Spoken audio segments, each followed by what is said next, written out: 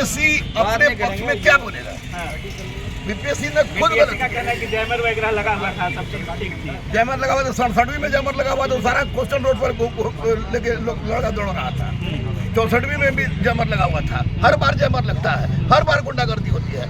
BPSC आयोग को भंग कर देना चाहिए और परमार को अविलंब जेल डालना चाहिए, क्योंकि ये परमार आयोग को ही भंग कर देना। बिल्कुल बिल्कुल, ये किसी भी परिस्थिति में परीक्षा लेने लायक नहीं है। ये मास्टर का परीक्षा लेने लायक नहीं है। तो ऐसी परिस्थिति में बीपीएससी अधिकारी बनाने चले हैं, आप एसडीएम बना रहे हैं, डीएसपी बना रहे हैं, और 90-92 दिन से बच्चा सब बेचारा सत्याग्रह पर बैठा हुआ है। इसको असामाजिक तत्व कहते हैं। शर्म मानी चाहिए परमार को, शर्म मानी चाहिए। मैं कह रहा हूँ शर्म मानी चाहिए आपको, परमार सर, आपको शर्म मानी चाहिए। आपने कहा था कि नॉर्मलाइजेशन नहीं होगा।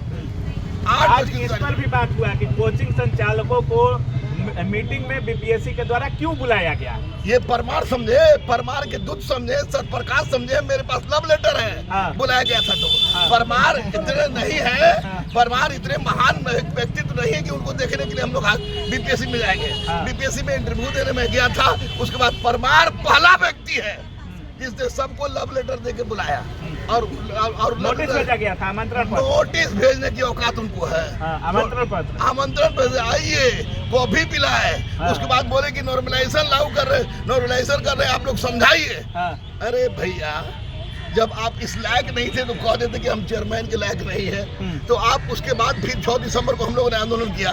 6 दिसंबर में लड़के का हाथ पर तोड़ ताड़ के सब कुछ बराबर कर दिया पुलिस। उसके बाद 8:43 पे यही परमार का नोटिस निकालते हैं कि नॉर्मलाइजेशन नहीं होगी। अब आप बताइए, 13 दिसंबर को जो परीक्षा हुई है और फिर 4 जनवरी को जो परीक्षा हुई है, ये दोनों दिन की परीक्षा का आकलन आपने किस आधार पर किया? कहीं 6% रिजल्ट, कहीं 19% रिजल्ट। ये सरासर गलती है।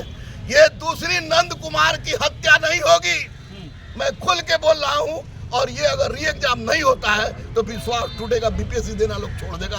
कम से कम परमार को सजा मिलनी चाहिए और ये एग्जाम होनी चाहिए। सर, एक्स्ट्रा रिजल्ट का भी बात चल रहा है सर, क्या क्या एक्स्ट्रा रिजल्ट? एक्स्ट्रा रिजल्ट क्या करेंगे आप? कहा जा रहा है कि रिवाइज रिजल्ट हो सकता है, नहीं तो और छात्रों को रिजल्ट में जोड़ा जा सकता है। अरे भैया, रिवाइज रिजल्ट परमार रखे, गुजरात में इसका प्रयोग करेंगे। री एग्जाम करें, री एग्जाम करें, क्या है? गलती भी कीजिए, ऊपर से गलती का सीने का काम करेंगे। रिवाइज रिजल्ट से लड़के संतुष्ट नहीं होंगे, अतिरिक्त रिजल्ट से लड़के संतुष्ट नहीं होंगे। इसका मतलब आप साफ कह दीजिए कि जितने भी लड़के पीटी में बैठे थे सब कमेंट्स लेंगे, वो ज्यादा बढ़िया होगा, तब वो ज्यादा बढ़िया होगा। लेकिन एक परमार की अध्यक्षता में, परमार के चेयरमैन के रहने की अवस्था में किसी भी परिस्थिति में नहीं। कल भी सुनवाई हुआ, आज भी सुनवाई हो रहा है और लगातार 2 दिनों से जज साहब भी कल कह रहे थे कि जब तक ये केस क्लियर नहीं होगा तब तक दूसरी केस नहीं देंगे। लगता है अब इतना एक्टिव होने के बाद न्यायालय इतना तत्पर है इस केस को लेकर के, लगता है आप लोगों को री एग्जाम मिलेगा? बिल्कुल, न्यायालय पर 100% विश्वास है, परमार पर 0% भी विश्वास नहीं है। न्यायालय फैसला करेगी और निश्चित रूप से री एग्जाम होगा। और री एग्जाम, कैट मतलब बिल्ली, रेट मतलब चूहा, तो 70वीं बीपीएससी पीटी का परीक्षा मतलब री एग्जाम। ये री एग्जाम नहीं होता है तो इसका मतलब कि छात्रों के साथ धोखाधड़ी हुआ है और ये धोखाधड़ी करने वाला और कोई नहीं, परमार है, सतप्रकाश शर्मा है, और जो लव लेटर लेके आए थे रंजीत कुमार, उनको भी खींचेंगे, वो भी थे। ये लोग आए और इन लोगों ने पूरा नाश कर दिया है। इन्होंने बीपीएससी को, बिहार को बदनाम किया, बीपीएससी को बदनाम किया। सीबीआई जांच होना चाहिए, सारे लोगों को होना चाहिए भाई। बार सारे मगरमच्छ पकड़े जाए, सारे मगरमच्छ। अब तक कोई मगर, अब तक ही तो पोठिया तक नहीं पकड़ा है यार। संजीव मुखिया घूम रहा है, कहाँ घूम रहा है किसी को पता रहे। बार बार बोलता है आर्थिक अपराध इकाई आता है, कोढ़िया डरवाए थूक से, कोचिंग संचालक, कोचिंग संचालक, कोचिंग संचालक। अरे भैया, तो गठन काहे के लिए हुआ है? आर्थिक अपराध इकाई, आप अपना पूरा डेरा फैलाइए, बताइए कौन है वो, बताइए अगर हिम्मत है तो बताइए। नहीं तो फिर लड़कों को डरवाना छोड़ दीजिए, क्योंकि लड़के को डरवाने से अच्छा है रहमान मर जाएगा। मैं बोलता नहीं हूँ, हाथ काटा था मैंने ना, अगर जरूरत पड़ी तो मैं गर्दन काट दूंगा इस परमार की गंदगी को साबित करने के लिए।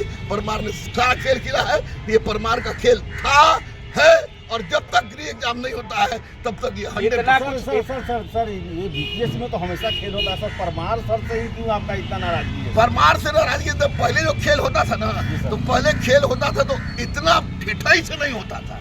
ये परमार चोरी भी किया है और ऊपर से सीना चोरी भी कर रहा है। कह रहा है कि छात्र एंटी सोशल एलिमेंट थे, बेचारे राम इकबाल सर की मृत्यु हो गई, छात्रों कारण हो गया। अरे परमार, गुलाम इकबाल मरे हैं बेचारे, वो शहीद का दर्जा उनको देंगे। उन्होंने गंदगी को देखने से ज्यादा अच्छा समझा अपना प्राण त्याग देने का। लेकिन हजारों लाखों जो छात्र मर रहे हैं, इसका जिम्मेवार कौन है? इसका जिम्मेवार है परमार, परमार, परमार। इतना नोटिस आया, थाना में भी बार बार हाजिरी लगाए आप लोग, अब डर नहीं लगता है कोर्ट में भी? भैया हमारे कैसे साल के से अपहरण का केस हो गया था, बीवी को लेके भागे थे, तो अब डर कोई का लगेगा? फांसी पर चढ़ा दीजिए, कोई डर नहीं, कोई डर नहीं। लेकिन लड़कों के साथ इंसाफ कर रहिएगा तब।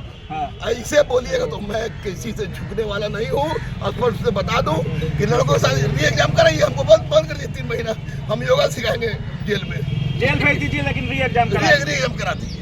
चलिए बहुत बहुत धन्यवाद। Thank you. तो रहमान सर थे और काफी बढ़ते हुए हैं।